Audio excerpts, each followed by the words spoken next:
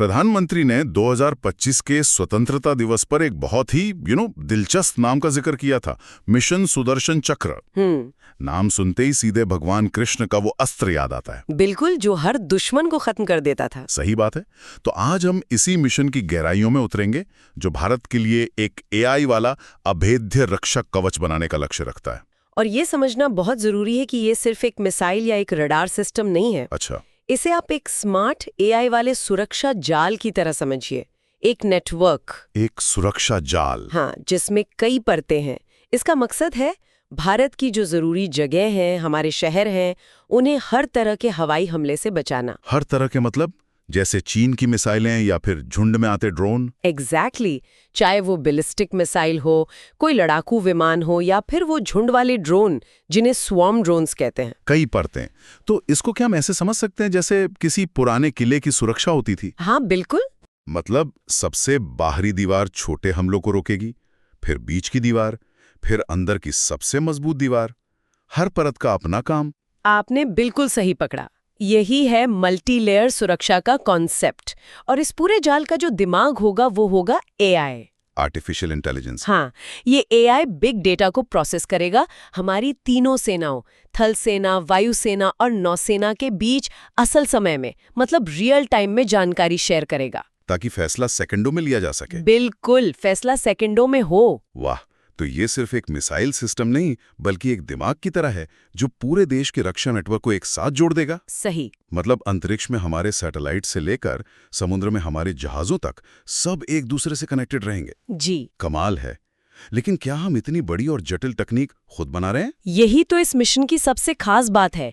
ये पूरी तरह से आत्मनिर्भर भारत और मेक इन इंडिया के तहत बनाया जाएगा। अच्छा। और लक्ष्य ये है कि अगले 10 सालों में, मतलब लगभग 2035 तक, इसे पूरे देश में तैनात कर दिया जाए। और इसी को लेकर रक्षा मंत्री राजनाथ सिंह ने डीआरडीओ की भूमिका पर जोर देते हुए एक डिफेंस सीक्रेट का जिक्र किया था। Defence secret?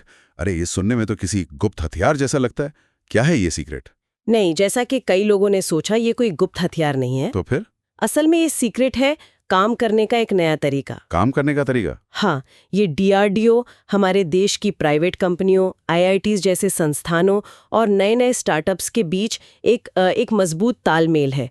पहले ये सब अलग अलग काम करते थे, अब एक टीम की तरह काम करेंगे। अच्छा, तो असली सीक्रेट हथियार नहीं बल्कि ये नया इकोसिस्टम है। बिल्कुल।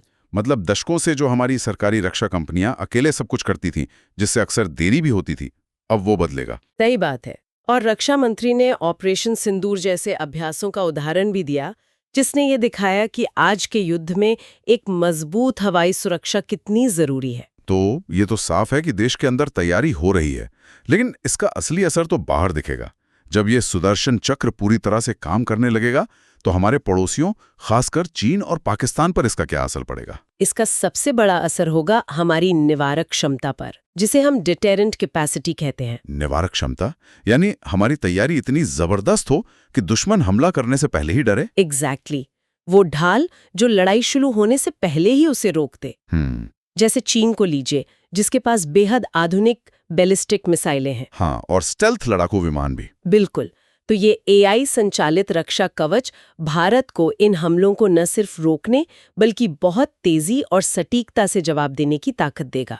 ठीक है, चीन के बड़े खतरों की बात समझ आती है, लेकिन पाकिस्तान की रणनीति तो अक्सर छोटे सस्ते ड्रोन या कम दूरी की मिसाइलों पर रहती है। क्या ये हाईटेक सिस्टम उन छोटे खतरों के लिए भी उतना ही कारगर है?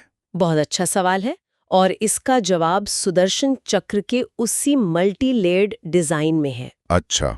इसकी जो बाहरी परतें हैं वो खास तौर पर ड्रोन्स के झुंड और छोटी मिसाइलों जैसे खतरों को बेअसर करने के लिए ही बनाई जाएंगी। मतलब काउंटर ड्रोन तकनीक इसका एक अहम हिस्सा होगी। एक बहुत ही अहम हिस्सा।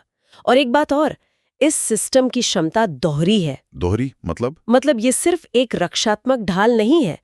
जरूरत पड़ने पर ये दुश्मन के ठिकानों पर बिजली की रफ्तार से सटीक जवाबी हमला भी कर सकता है। तो कुल मिलाकर सुदर्शन चक्र सिर्फ एक डिफेंस सिस्टम नहीं बल्कि भारत की सैन्य सोच में एक ऐतिहासिक बदलाव है। बिल्कुल।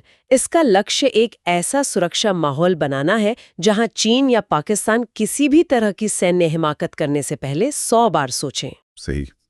लेकिन यहाँ एक सवाल सोचने लायक है जहां सुदर्शन चक्र को मुख्य रूप से एक रक्षात्मक कवच के रूप में दिखाया गया है, वहीं इसमें ये जो त्वरित और सटीक जवाबी कार्रवाई की क्षमता है, ये क्षेत्रीय शक्ति संतुलन को कैसे बदलता है? और एआई संचालित युद्ध के इस नए दौर में रक्षा और आक्रमण के बीच की जो रेखा है वो कितनी धुंधली हो जाएगी?